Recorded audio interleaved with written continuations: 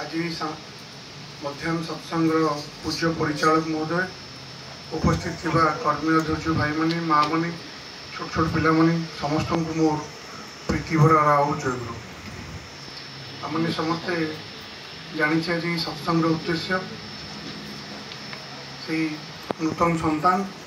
एवं दयाल आतुल चरण यही प्रार्थना करे से नूतन संतान उपस्थित थिबा समस्त सार्विक मंगल कामना करे से जीवन यज्ञ शंकर आतुल चरण मु हठात ना मुझे विश्व कहला मुझे जानी नी सका किसी प्रिपेरेसन नी पलि आसी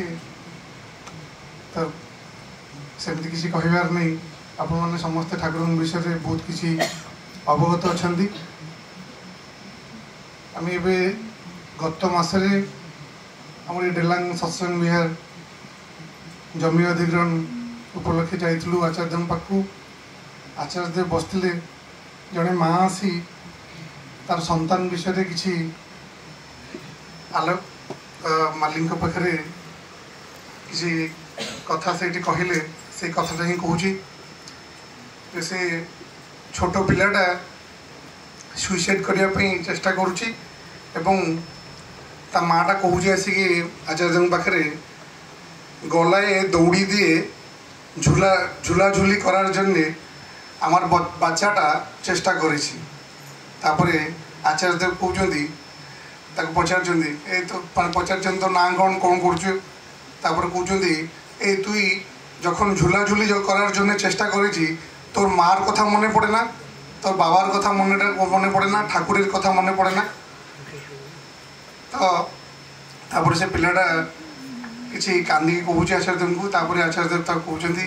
सब ठाकुर नाम करूँ बाबा माँ को प्रणाम करूँ विभिन्न प्रकार कथा कहते से पिलाटा आसी से तो कहबार कथा है से छोट पिलाटा जिते माँ पाखे आसी तो माँ सहित से पुओ हो बा झील हो ठाकुर कहते सीड एंड सॉइल जहाँ रिलेशन गोटे माँ आउ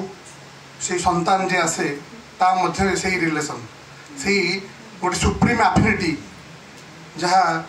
माँ पाखे देखा मिले संतान सांगे बाबा पाखे देखा मिले ना माँ पाखे विशेष भाव में से संतान पाखे देखा मिले तेणु विशेष भाव में से संतान तो जन्म हो जाइए संतान चर्या से चर धातु आसी चालना करवा तेणु से तो जन्म हो सारी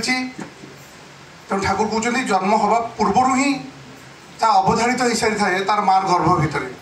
से कौ भाई संतान आसो तेणु भल संतान को जन्म दवापाई ही पड़े जदि से जन्म हो जाइए विशेष भाव में ताकू पोषण देकी नियंत्रण करहब कंट्रोल करहब ना किसी करहब ना तेणु आपण मैंने समाज में जहाँ भी किसी देखुं यही युव समाज उपर सबकि संगठित होगी तेणु भल संतान को ठाकुर से कहते भल संतान को आगे जन्म दबा को ही पड़ो आदि संतानटा जन्म हो जाए तेणु से जदि आचार्य कनसेंट्रिक हुए ताको विशेष भाव में नियंत्रण करे ये छोट कथार कह रखी ठाकुर थर बसता गोटे छोट पिलाटे बहुत थर कही गोटे छोट पिलाटे आसिक ठाकुर पाखे छिड़ाला गोटे ठुंगारे किसी जिनस धरी छिड़ाई ठाकुर से पचारे तो हाथे कि रे तो से ठुंगाटा से खोलीदेला खोलीदेला भर किसी लजेन्स थी ठाकुर से लजेन्स आनिले ठाकुर कहले तू लजेन्स खाई ना कि से पिला छोट पिलाटे कहले आमी लजेन्स खाई तापर ठाकुर कहले आमी लजेन्स खाई तापर ठाकुर से ठुंगा भितर किसी लजेन्स आणिकी कहले तो तोर बाबा के यही लजेन्सटा देवी तापर से छोट पिलाटा से अवस्था थाए ना अनुसरण और अनुकरण प्रिय जहाँ शिखेदेवे एवं से ठाकुर कहते बाबा को किसी दवाई से ठुंगा भितर किसी बाहर कर बाबा से बाबा हाथ दे दी से ठाकुर आउ किसी लजेन्स बाहर कले कहले माँ टी उठे किसी लजेन्स बाहर कले ठाकुर कहले तो यही लजेन्स गुलो तोर माँ के देवी तापर से माँ को दी से लजेन्स आउ किसी बाकी रहीगला लजेन्स यही लजेन्स गुलो नहीं बड़ बो को दिए आसबी तापर से लजेन्स गुड़ा नहीं से बड़ माँ को दे आस कहबार कथा ठाकुर तापर कहते जे बाबा माँ के सब दिन किसी दीते है देले कौन ठाकुर को तापर अवस्था कहते अजानाए मानुष बड़ हो जाए ঠাকুর কହୁଛନ୍ତି অজানায় মানুষ বড় হয়ে যায় মানে তা অজাଣତରେ তা অজ্ঞাত স্বରରେ মনুষ্য কেତେବେଳେ বড় হয়ে যায় তা ভিতরে থিবা তার যাহা তার বৈশিষ্ট্য নেইকি আসিଥାଏ সেগুড়াক অনফোল্ড হয়েଯିବ তা ভিতরে থিবা যাহা বৈশিষ্ট্য থিব যাহা যেমিতি ভাবে সে আসিব সেগুড়াক অনফোল্ড হয়েଯିବ ঠাকুর কହୁଛନ୍ତି বাবা মাকে সবদিনকে দিতে হয় ସବୁକିଛି ଦେବାକୁ ପଡ଼ିବ ଏବଂ ଏଇ କଥା ମନେ ପଡ଼େ ଆଚାର୍ଯ୍ୟଙ୍କ ପାଖରେ ଗୋଟେ ଛୋଟ ପିଲାଟା ଆସିକି ବସି ଏବଂ ଇଷ୍ଟବୃତ୍ତିର କଥା କହୁଛି ଏବଂ ସେଇ ସମୟରେ ଆଚାର୍ଯ୍ୟଦେବ କହୁଛନ୍ତି ଏଇ ତୁ ବାବା ମାଆଙ୍କୁ କିଛି ସବୁଦିନ ଦେଉ ସେ କହୁଛି ନା ନା କେବେ କିଛି ଦିଏନି କେବେ କିଛି ଗୋଟେ ବଡ଼ ଅକେଜନ୍ ହେଲେ ଦିଏ ନହେଲେ ସେମିତି କିଛି ସବୁଦିନ କିଛି ଦିଏ ନା ତାପରେ କହୁଛନ୍ତି ଆଚାର୍ଯ୍ୟଦେବ କହୁଛନ୍ତି ନା ନା ତୁ ସବୁଦିନ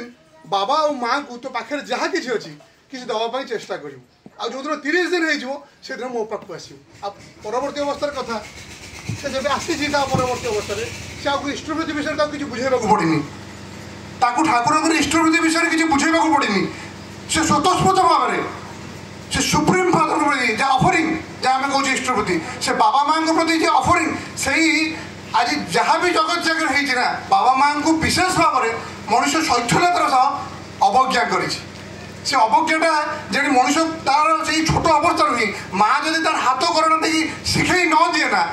ତାହେଲେ ସେ ବାବା ମାଆଙ୍କଠୁ ଖାଲି ନେବା ହିଁ ଜାଣେ କେବେ ଦେବନି ଆଉ ନେଇ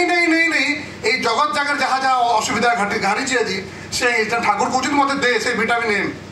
ସବୁଠୁ ପ୍ରିୟ ବସ୍ତୁ ଯାହା ପାଇଁ ସାରକାର ହେଇଛି ଦୁନିଆଟା ମୋତେ ଦେ ଆଗେ ସେଇଟା ଆଉ ମୋତେ ଯଦି ସେଇଟା ଦେଇଦେବୁ ନା ତା ଭିତର ଦେଇକି ସବୁ ଓଲଟ ପାଲଟ ହେଇଯିବ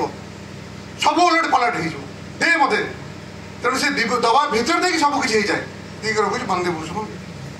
यापर आलोचना कर सम्माननीय सत्संग जाजर कर्मी